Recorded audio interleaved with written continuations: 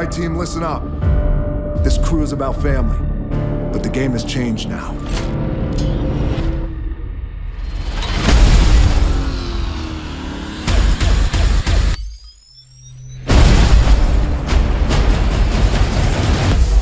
Dominic Toretto just went rogue. You gonna turn your back on family?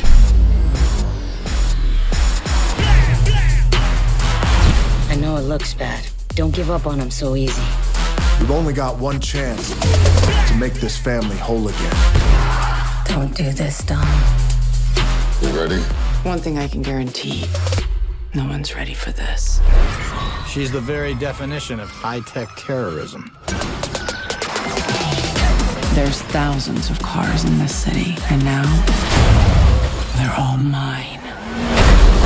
Now I know what it feels like to be every cop ever chasing us. Wait! Ah! Oh, damn!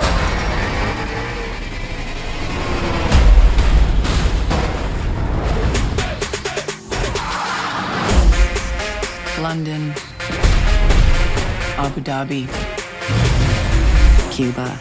Our paths have crossed before, Dom. You just didn't know it. I think I need to remind you why you chose to be here. I got no choice. If you're gonna catch Dom, you're gonna need a little help. You want to tell me why you just put me in a room with this tea and crumpets eating criminal? You don't think that tight t-shirt's cutting off the circulation in your brain? You should get bigger size. You guys are gonna work together. Love to.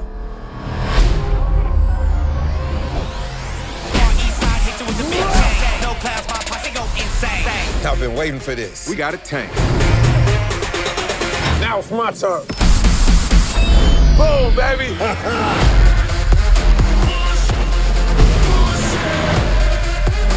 They just don't give up, do they? You thought this was gonna be a street fight. Is that a torpedo? Take the wheel. What? This is crazy!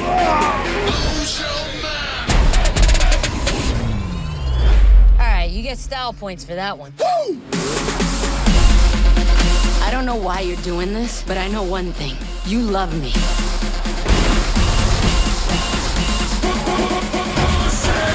Fire! Hang on to your ass. Dom!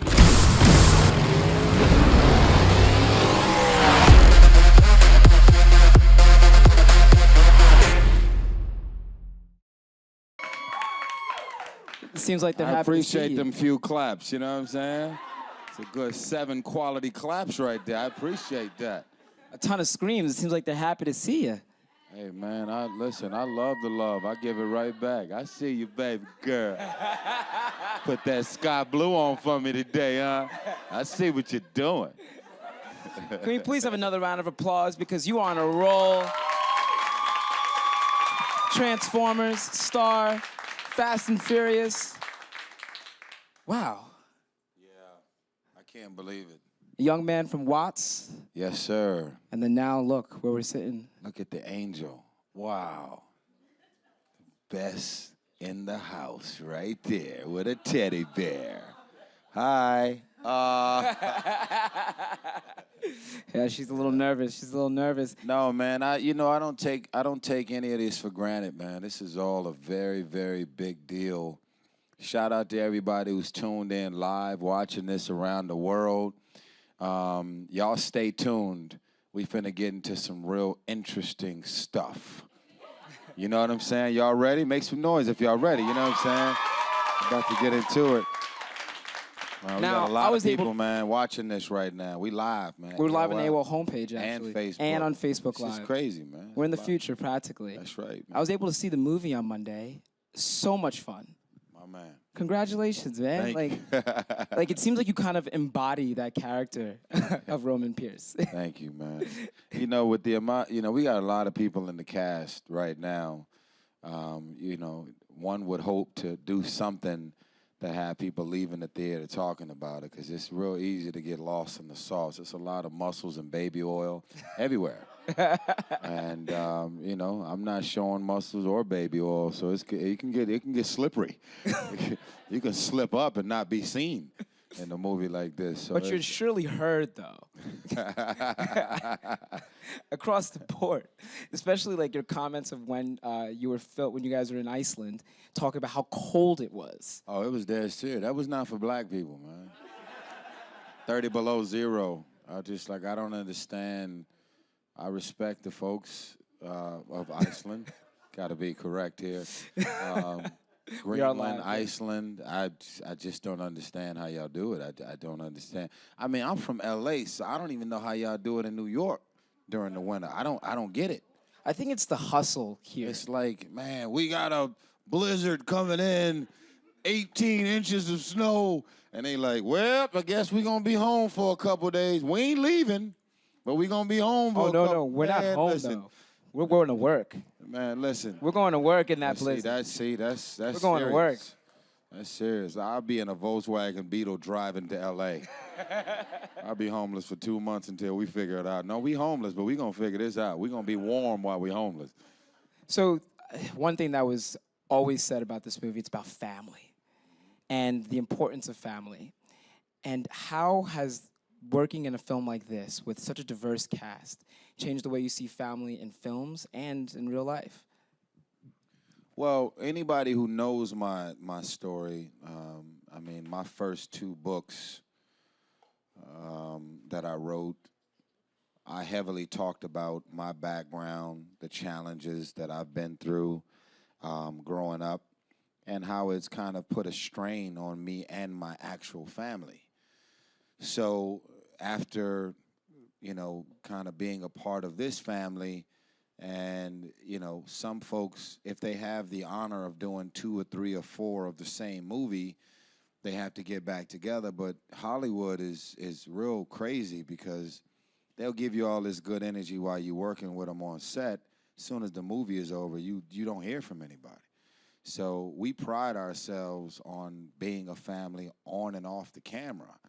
I mean, Ven's 2 daughters' birthdays just recently passed, and you know, it's like an in-house text chain when everybody got to get the kids together. Group chat? It's love, you know. It's like love. Like my daughter has birthday parties. All the kids are there. There's always like this is what's crazy. My daughter was the first child to ever do a sleepover at Ven's house. Seriously? Seriously. So, you know, everyone raised their kids differently. His daughter's got plenty of friends, but I guess they're not close enough to get a sleepover. So Shayla's over there all the time, you know, and that's important, you know what I mean, to have that extended family beyond just work or a check. Now, this was the first movie without the late Paul Walker. Yep. How hard was that first day? I mean, I know it must have been difficult to finish Fast 7, but how hard was that first day when beginning on this first movie without him? Well, I mean, like you said, it's not really thinking about the work of it all or just shooting a movie. Man, it was hard shooting without Paul. It's hard living. It's hard to be without someone who you love. You know what I'm saying? It's like there's a lot of bad people that wake up every day with horrible and malicious intentions towards everybody. They're still alive. Paul was the nicest guy in the world. I've never even heard his voice go above a certain octave. Why is he gone? So it has nothing to do with how challenging it was to do Fast and the Furious. It's challenging just being without our brother who he loved and adored, who's just a nice, good man. You know, birthdays come up. His daughter can't say happy birthday to her dad. That ain't got nothing to do with the Fast and the Furious. That's like the basics of life when you lose a loved one and the challenges of having to pick up the pieces and move forward. So it's been crazy. When you think about the movie specifically and shooting Fast without Paul, of course that's crazy because his trailer was always right next to mine. But we're doing everything on behalf of him and his family and his daughter. And we would all hope to have a grandfather or a friend and being able to honor them by doing things on their behalf and allowing for them to inspire us to keep rocking. And I think it's interesting how you talk about not even just shooting Fast, Furious. It's about life in general. And I know I've experienced sudden loss and you experienced sudden loss. Does it cause you to kind of reevaluate the way you wake up every single morning and the air that you taste every single morning? Well, I mean, I think when you lose anybody, you all got to make adjustments and reevaluate. But I think at the end of the day, it just kind of solidifies that bad things don't just happen to bad people, right? So you're like, damn, such a good person. Why would something so tragic happen to them? And so you don't take your access for granted. You know, it's arrogant to believe the next seconds of life belong to you. Like, oh, no, we got next week to forgive each other. We got next week to hug and make up, and we got next week to do whatever. I mean, you know, everyone knows that I was recently married. Congratulations. Thank you. And I just had this conversation, you know, with my baby. I was like, we got a couple things, issues and things that we are not on the same page about that may pop up. But it'd be pretty stupid to let this linger on for weeks and weeks at a time. And for all of the folks that are in relationships, engaged, married, you have to ask yourself this question, even if you just have friends that have issues that pop up. If you were to find out you're gonna die in 10 days, just die. I'm gonna die in 10 days, God forbid. How much faster would you forgive that person? How much would you allow for you to love and be loved and just like make the best of your 10 days? So some of us can be arrogant with thinking we're gonna keep these issues and unresolved this going on forever, as if that person you have an issue with got years and years to be here. So that's the one thing that has changed. You know, I kiss slower, I hug longer, I hold on to every moment. I try my best to be present. You can be physically in the presence of someone and your brain can be somewhere else. So I try and be present as long as I can with whoever it is I'm engaged with.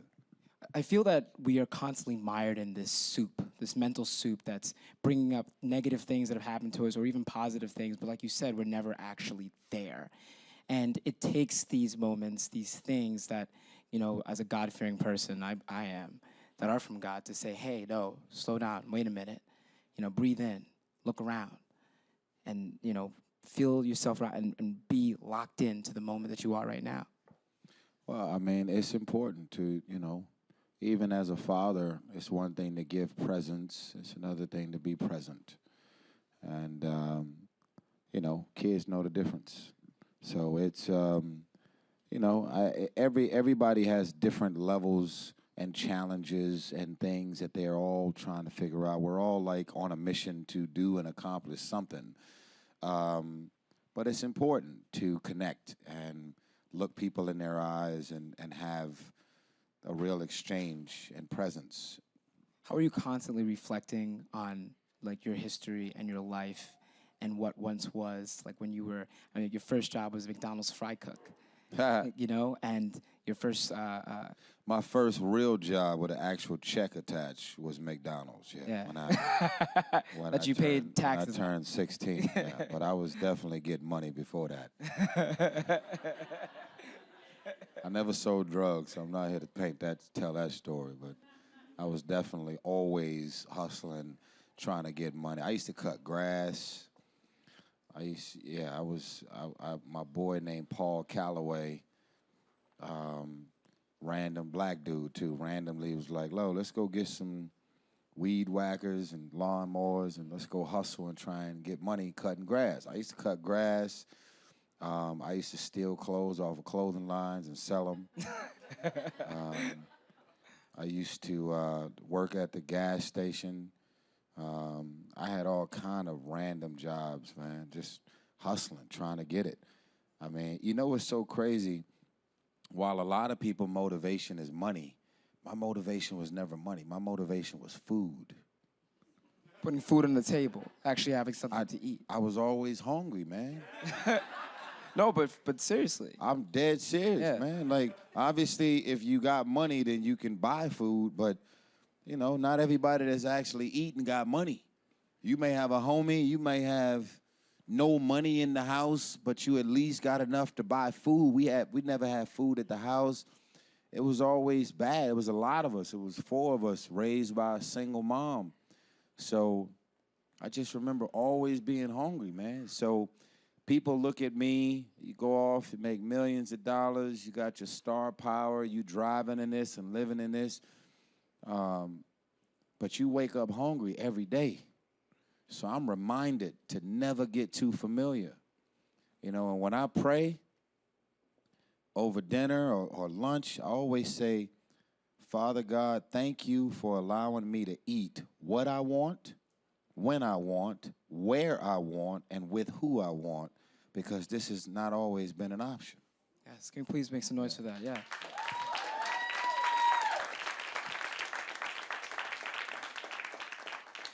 And I do believe there is an importance in being grateful consistently. Oh, absolutely. And how it's kind of translated to, like, you built all these things in your backyard. Yeah. And you have life-size Transformers greeting people as they walk Y'all got a into photo the of house. them? I don't know if we have one here. Y'all but have a, can y'all go to my Instagram and pull up the photos?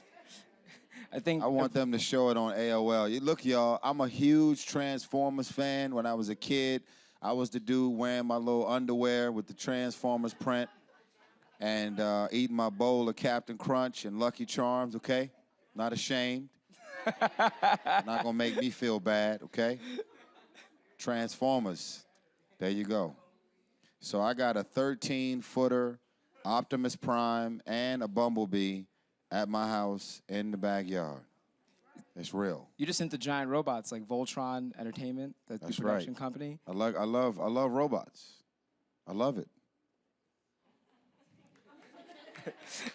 How did you get casted as Robert Epps?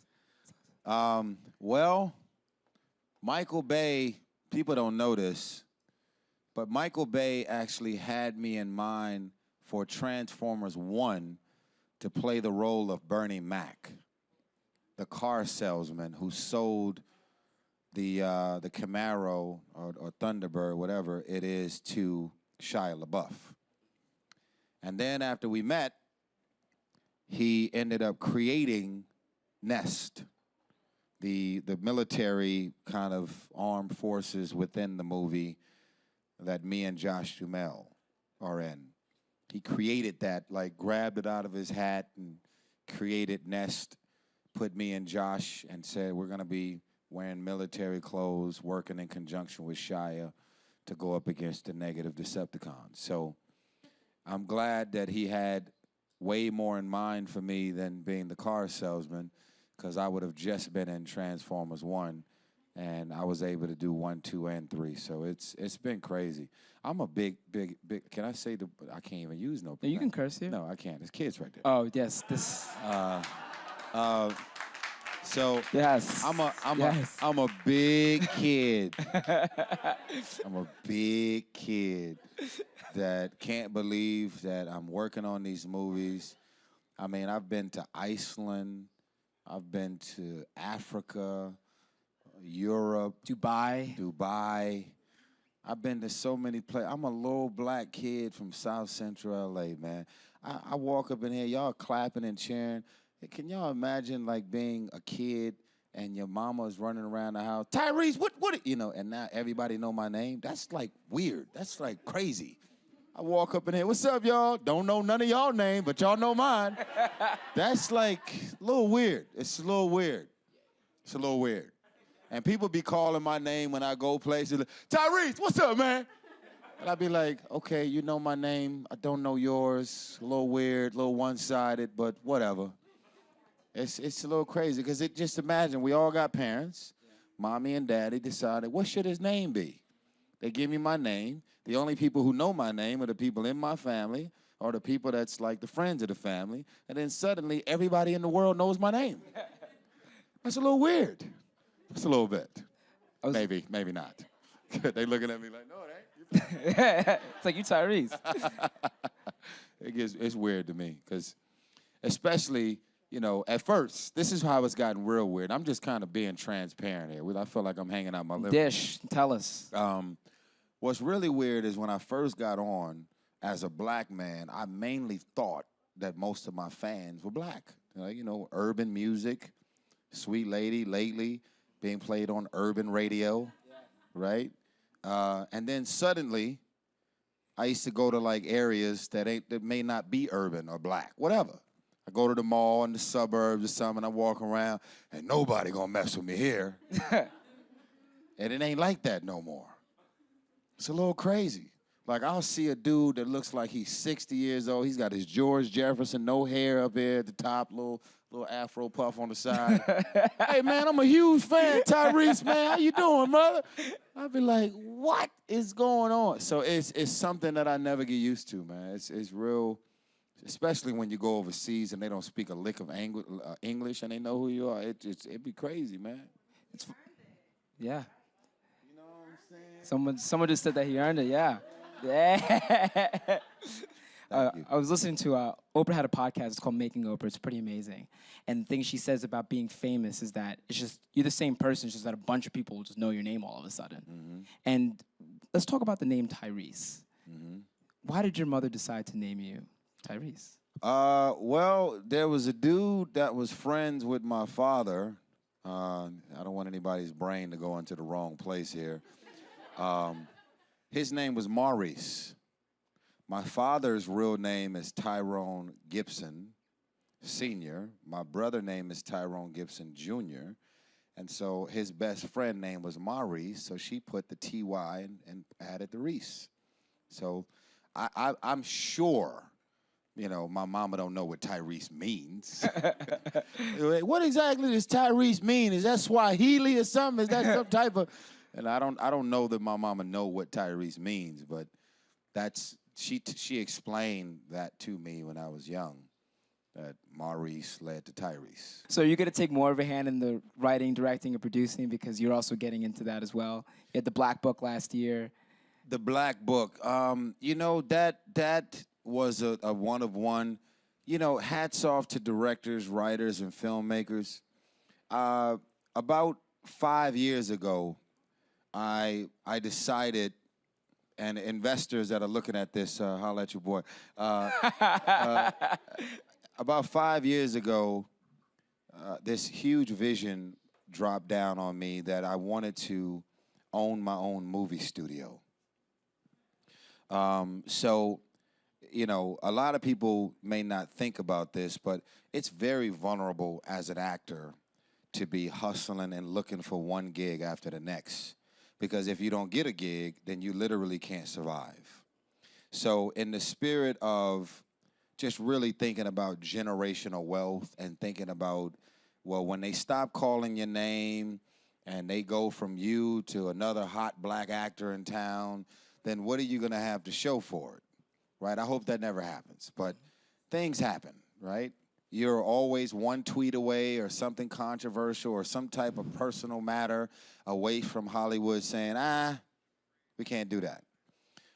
So for me, I had this realization that hit me that the only time I make money is when I'm on a movie set or if I'm singing, which is still a lot of money, but it's the only money that's being made. And I just decided I don't want that anymore. So when you own the studio, then you have a facility that everyone is able to shoot their movies and TV shows on. You can be in something occasionally, but you own the place. Passive income. So rather the movies that are being shot on your lot are successful or not, you still own the place. Check. So it just kind of changes the perspective. I'm still doing something in Hollywood, but I'm not directing, acting, and moving check to check. You kind of like, I own the bricks and mortar. So instead of just having a movie studio, which I'm about to close the deal on 2 different movie studios in Georgia as we speak. Thank you. One is 170 acres. The other one is 60. Wow. And I'm going to go big. And what I'm going to do is I'm actually going to build hotels, restaurants, and retail all on the facility so you can roll out of bed, walk downstairs, shoot your movie. So it's going to be a very public and private movie studio, and I believe it's going to change the game. About $8 billion worth of Hollywood money has flooded into Georgia because when you physically shoot there, they give you a 30% kickback. Yep. So there's more movies and TV shows being shot in Georgia right now than L.A., even though all of the movie studios are in L.A. So that's what I'm doing, and that's the goal. Quick nitty-gritty question. Why? I know Louisiana is also, New Orleans is also a big. But so why their not? rebate has changed. Gotcha. Right? So sometime if you have a governor or mayor in place, they'll put the rebate in, they'll get 4 years out of it, and if there's a new mayor, they may kick it out and get rid of it. So it's still in New Orleans or Louisiana, but it's not as aggressive as it used to be. So Atlanta, and not just Atlanta, but Georgia as a whole, is on fire. And every movie and TV show that you love is all being shot in Georgia. Jurassic Park was shot in Georgia. Yeah. All the Marvel movies, Fast and the Furious 7 and 8 was shot in Georgia. It's cracking. It's full throttle. Speaking of Marvel, when are you going to be a superhero? What's going on with I'm that? in. This jacket should help me get in. I got a little Lion King vibe Super on. fur man. You know what I'm saying? I'm trying to get in. The angel is asleep. So I think we have some audience no, Q&A. She's got to stay asleep. She's got to stay asleep. Hi, Tyrese. How you doing? My name is Chanel. How you doing? And I just want to say congratulations on your marriage. And I love the way that you love. Like, I follow you on social media, and I watch the things that you say, you know, to encourage people with inspiration each day. And I just wanted to ask you, what are your core values, and what do we get when we see you? And also, what lies next for you outside of what you already mentioned? What are my core values? Wait, what's the question again, the first one? Core values, and what do we get when we get you? Because you seem like you have a lot of layers to Tyrese. Oh, I got, yeah. And also add in, what did Rev Too many Run? layers on today, that's for sure. Inside this building. You also add in, what did Rev Run add to that as well? Oh, well, I mean, here's the thing. Maybe it's the Capricorn in me, but I mean, I got people that's been working with me and been friends with me for I'm 38 now, right? I love being grown. But people will tell you that no 2 day is ever the same. There's no routine. There's no wake up, do this by 3, do that by 6, da-da-da-da. There is no routine. There's no nothing. The one thing that I am allergic to is bad people. I'm allergic to negative energy, bad energy. There are some people that literally thrive and live on dysfunction and negativity. And, you know, like attracts like. So it's like, how does all these bad things keep happening to me? No, you're a bad person that continue to attract bad things. And many years ago, because I used to be this way, that's why I recognize it. I grew up in a dysfunctional household, and I became my household. So one day at a time, I had to figure out, first you have to recognize that you're doing something stupid. Then you got to work hard every day to get out of your own way. So what people get with me is they say, well, even if you Instagram or Facebook or say something or do something and you piss people off and rub them the wrong way, I'm fearless. I'm not afraid of anybody. I'm not afraid of anything, any backlash. I don't purposely piss people off, but we live in a generation right now, people that are afraid to actually speak their mind. You know, if you got a problem with Donald Trump, then you don't want to say nothing because you're like, man, they gonna hate me or come at me or attack me. It's like, so who are these people? Are you ever gonna meet them? Are they gonna ever walk up to you at a bar and just literally slap you in your face because of something you Instagram?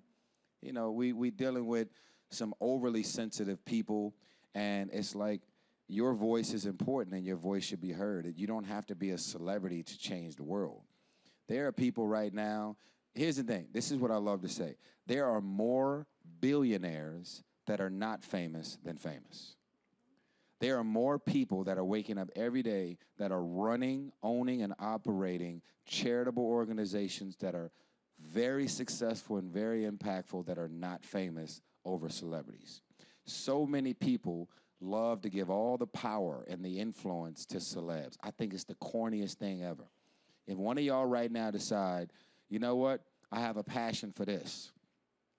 And you wake up every single day raising money, chipping away at this vision and dream to impact lives, whether you end up being famous or not, there is a such thing as creating a shift in this universe. So that's who I am. I just so happen to be an entertainer, but everything that I am, in my mind, is a regular guy that's actually got something to say that don't care that you're going to attack the celebrity Tyrese. And I chose to be vocal about things, people, and situations. And it doesn't always taste good, but I'm going to say it. We have another question. Hi, Tyrese. Thank you? you so much. I'm well. Thank you so much for being here. I can't get enough of this franchise. It's seriously a guilty pleasure of mine. It has become a subculture classic for me. So I have a friend who was on set with you several years ago while you were filming in Chicago, and he captured a photo of you dangling from a skyscraper.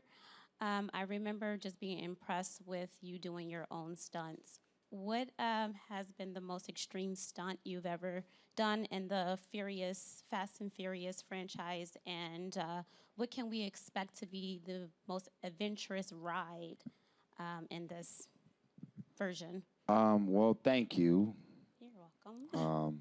by the way, for all the Fast and the Furious love. Well, the most dangerous stunt, what's the most, it's been too many. I don't really know that my most dangerous stunt was actually in Fast and the Furious, believe it or not. I believe you were filming Transformers. No, that's what I was going to say. I think the most dangerous stunts I've done was probably in Transformers, because Michael Bay really do blow up everything in sight, and he really does have us running through a lot of explosions, and they'll come out sometime and say, well, this car is going to turn over 5 times, this building's going to fall down, but you got to keep running really, really fast and don't stop. And so anybody who knows explosions would say, well, if something blows up, a piece of metal or something could start flying, and it's like this kind of lingering after effect after something blows up. So to me, those are always way more dangerous when you're dealing with live explosions and driving through or running through something. And they try and keep us as safe as they can on Fast and the Furious compared to the set of the Transformers. So that's my answer. And I don't remember hanging off that building, but I'm sure it's true. So can we please make some noise for Tyrese? I do want to tell y'all, are we still on? We're still on. Perfect.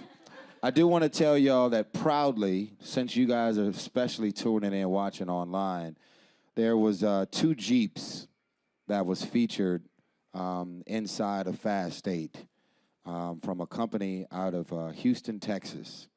And I partnered up with this company because I was so blown away at their creativity around Jeeps. I love Jeeps.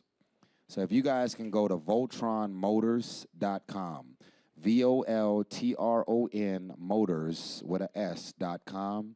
I just want y'all to go on there, look at the Jeeps, check out the creativity. It's the craziest thing you'll ever see. You are online, so I just wanted to throw that out there. All right? Thank you so much. Yes, sir. Thank you.